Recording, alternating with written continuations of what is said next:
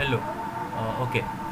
तो आपका डाउट है कि A intersection B is equal to A intersection C and A complement intersection B is equal to A complement intersection C. These two are given to you. Okay. This is given to you, and we have to prove that b is equal to c. We have to prove that b is equal to c using the given conditions. So let's try to prove it that b is equal to c. Okay. So let's consider, let x be a random element of set B. चलो एक set B का एक random element है, ठीक है. अच्छा, अभी अगर एक्स सेट बी का एक रैंडम एलिमेंट है ना, तो यहाँ पर दो केसेस अराइज होते हैं ना, दो केसेस अराइज होते हैं. एक केस है कि ये एक्स में बिलोंग टू सेट ए. हो सकता है कि जो एक्स बी में है वो एक्स ए को भी बिलोंग कर सकता है. There is a possibility.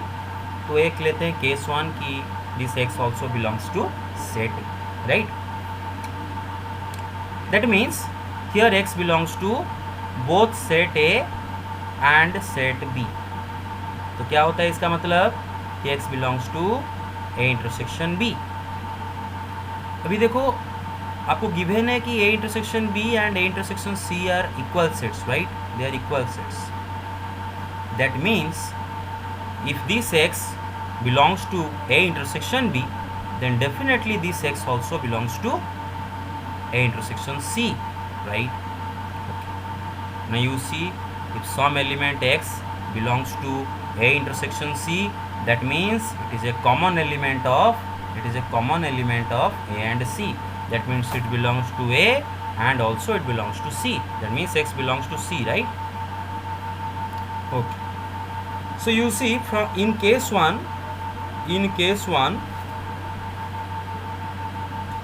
we can see, or we proved, in case 1 we proved that any random element of set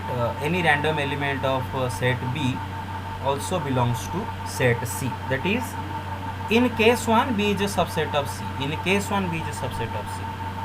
But here see, हम यहाँ पर एक केस लिए हैं जहाँ पर ये x a को बिलोंग कर रहा है, लेकिन हो भी सकता है x a को बिलोंग ना कर रहा हो.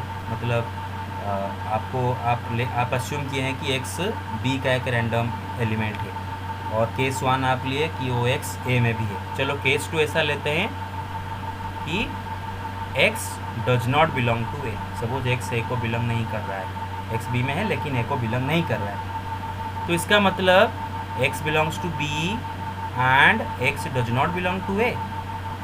तो क्या होता है इसका मतलब कि x belongs to b might B intersection A complement. या फिर मैं इसको ऐसे लिख देता हूँ आपको समझ में आने के लिए. That means X belongs to B and this X belongs to what? A complement. If X does not belong to A, it belongs to A complement. So therefore your X now belongs to B intersection A complement. And in the question it is given to us that A complement intersection B is equal to A complement intersection C. That means if this x belongs to B intersection A complement, see B intersection A complement is the same thing as A complement intersection B. Okay, commutative law.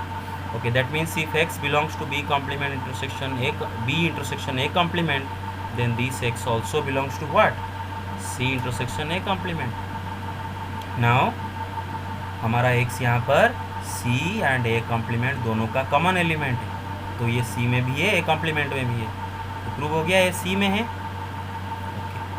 So second case से हमने ये prove कर दिए in case 2, और from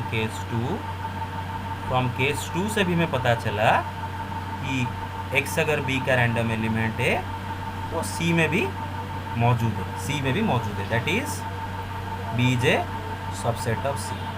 अभी भाई दोनों cases से हमें पता चल रहा है. देखो मैं इसको जूम आउट कर लेता हूँ. आप जैसे कि देख सकते हो कि हमने शुरू में क्या अस्यूम किए थे कि एक्स सपोज बी का एक रैंडम एलिमेंट, हमने शुरू में अस्यूम किया था suppose X is a random element of B, ठीक है ना।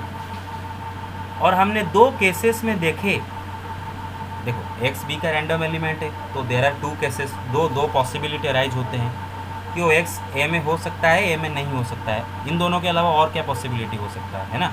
एक्स अगर बी सेट को बिलोंग कर रहा है तो देयर आर टू पॉसिबिलिटीज़, या तो एक्स ए में होगा या तो नहीं होगा, है ना।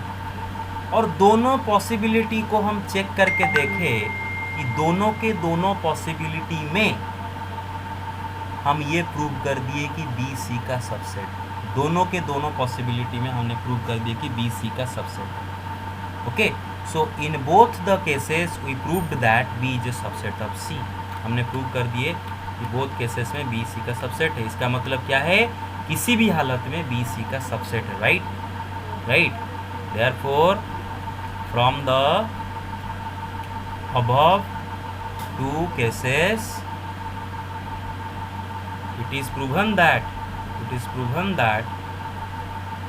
B is a subset of C, okay, no matter what, B C का सबसेट है।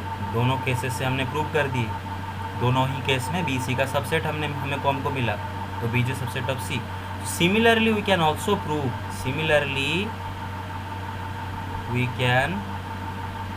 prove that C is a subset of B. So you see, if B and C are subsets of each other, then B and C are equal to each other, right? Then B and C are equal to each other. Okay. तो summarise करने के लिए मैं आपको बोल देता हूँ कि आप B को C का सबसेट दिखाने के लिए क्या किए कि आप लिए कि सपोज एक्स बी का एक रैंडम एलिमेंट है, सपोज एक्स बी का एक रैंडम एलिमेंट है, मतलब एक्स बी का एक एलिमेंट है, ठीक है, चलो एक्स बी का एक एलिमेंट है। और आपने यहाँ पर दो केसेस लिए, केस वन लिए, क्या केस वन में आपने लिए कि हो सकता है ये जो एक्स जो बी का रैंडम एलिमेंट है, हो सकता है वो एक ए सेट में भी हो सकता है वो ए सेट में भी हो, एक्स बी का रैंडम एलिमेंट है, हो सकता है ए में भी हो। और इसमें आपने प्रूव कर दिए क्या प्रूव कर दिए कि इस सिचुएशन में एक्स सी में भी है, इस सिचुएशन में एक्स सी में भी है। तो केस वन में भी हमने प्रूव कर दिए कि बी का एनी रैंडम एलिमेंट सी में भी मौजूद है, that is B is a subset of C. और केस टू में अपने क्या किए, केस टू में अपने अस्यूम किए, देखो केस वन में हमने क्या किए थे कि एक्स ए में है, ये भी तो हो सकता है कि एक्स ए में नहीं है। तो केस टू में भी हमने प्रूव कर दिखाए कि B is a subset of C. तो दोनों ही केसेस में प्रूव हो गया कि बी सी का सबसेट है, हर हालत में बी सी का सबसेट है। और similarly you can also prove that C is a subset of B, and this way if as B and C are subsets of each other, so they are also equal to each other. Okay, thank you.